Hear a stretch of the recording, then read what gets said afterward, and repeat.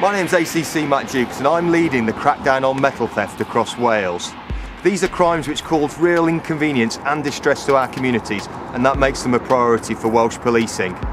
Thieves are targeting not just the infrastructure at the heart of our communities, but things of real sentimental value. But exactly who are the victims of these crimes?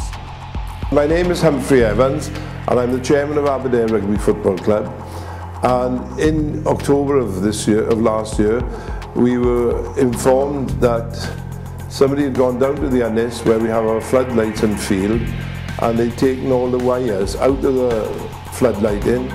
It took us at least a month to get it sorted out. We had to have games cancelled, and also we had training cancelled. And when you consider we have 200 youngsters and we have 3 senior teams, it had a tremendous effect on the club. It cost us over £1,500 to put it right.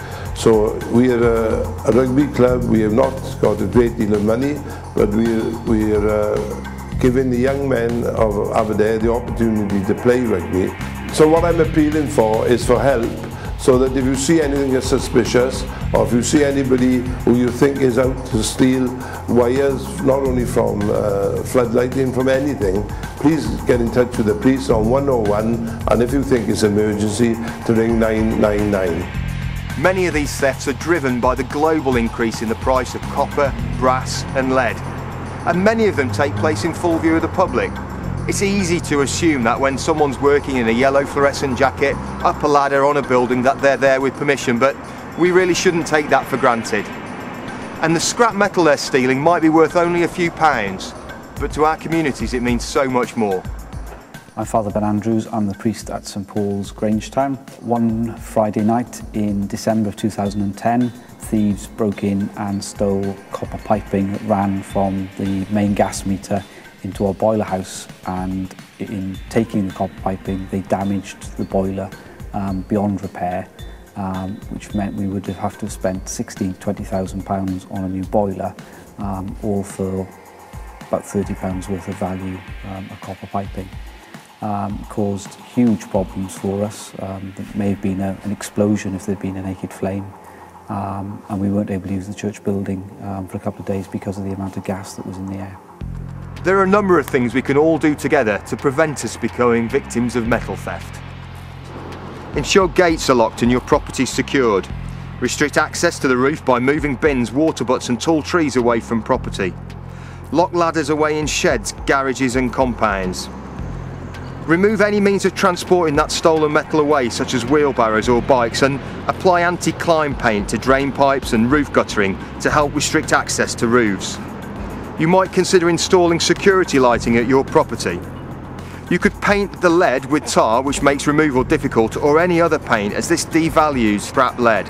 You can carry out regular checks to roofs and gullies, and might consider installing CCTV to cover the property with adequate monitoring and recording.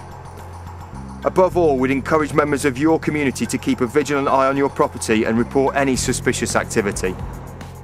My name is Keith Miles. I belong to the Royal British Legion of the Newbridge branch, myself and my wife. My wife looks after this more than me. She's been doing this since a little girl. Back last November,